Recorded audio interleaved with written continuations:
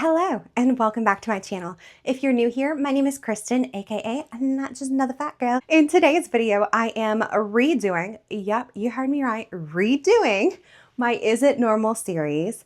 And this is video number 3, which we are going to be discussing female facial hair. So in redoing the series, I'm trying to give you a more condensed, quicker, 1-2 punch version of all of the information that I had in my 20-minute long video where I just go on and on and on and on, sometimes with details that may not be important to you. So hence the redo of this particular series. So is female facial hair normal?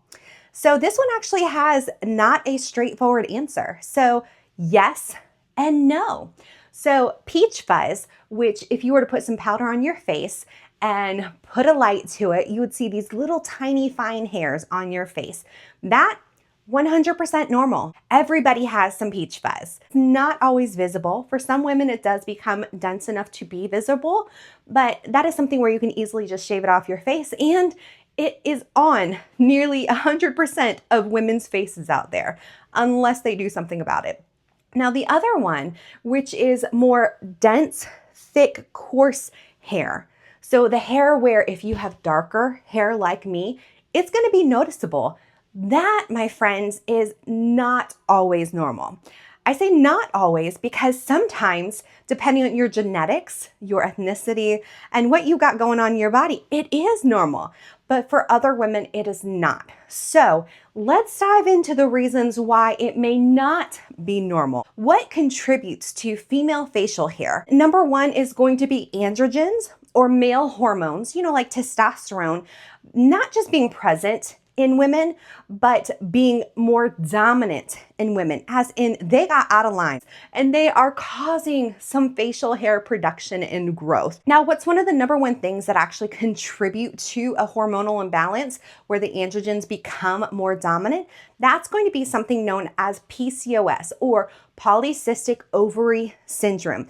PCOS is one of the most common causes of it because it starts out as hormonal imbalances. Hormonal imbalances often lead to elevated androgens, and those, of course, lead to, again, the hair production and growth.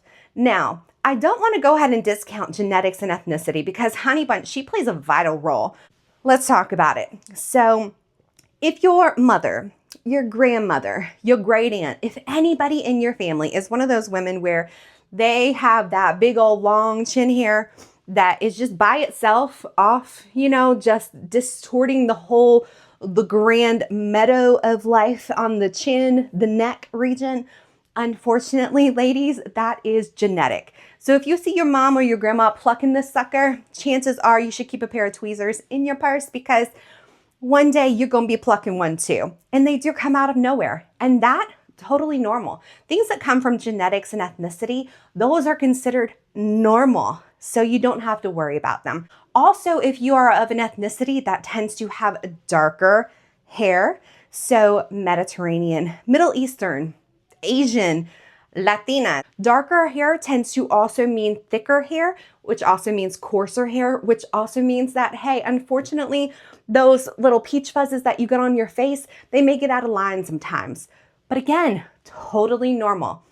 What is not normal, again, goes back to the hormonal imbalances. Anytime you go through hormonal changes, think puberty, think pregnancy, postpartum, menopause, any of those things, then there's a opportunity for a hormonal imbalance to take place that just throws everything awry, and then we end up with what we don't want on our face. So you may not have facial hair growth as a woman, but as you go through life, guess what? Your likelihood of having unwanted hair on your face increases.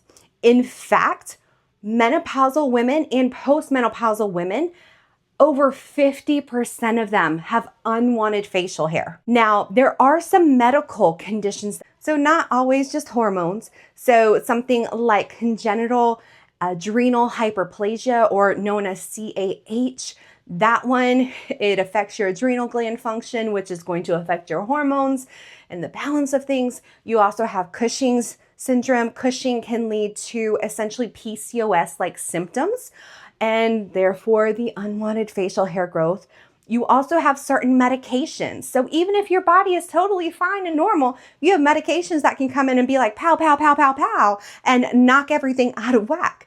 Number one, and probably most common as far as what other people have heard in society and know for a fact will do it, is going to be anabolic steroids. Okay, they're bad for you. Let's stay away from them, okay, please? Okay, next one is going to be testosterone therapy. Of course, androgens, testosterone, that leads to unwanted facial hair. So if you are on hormone replacement of those items, then you're going to end up with more.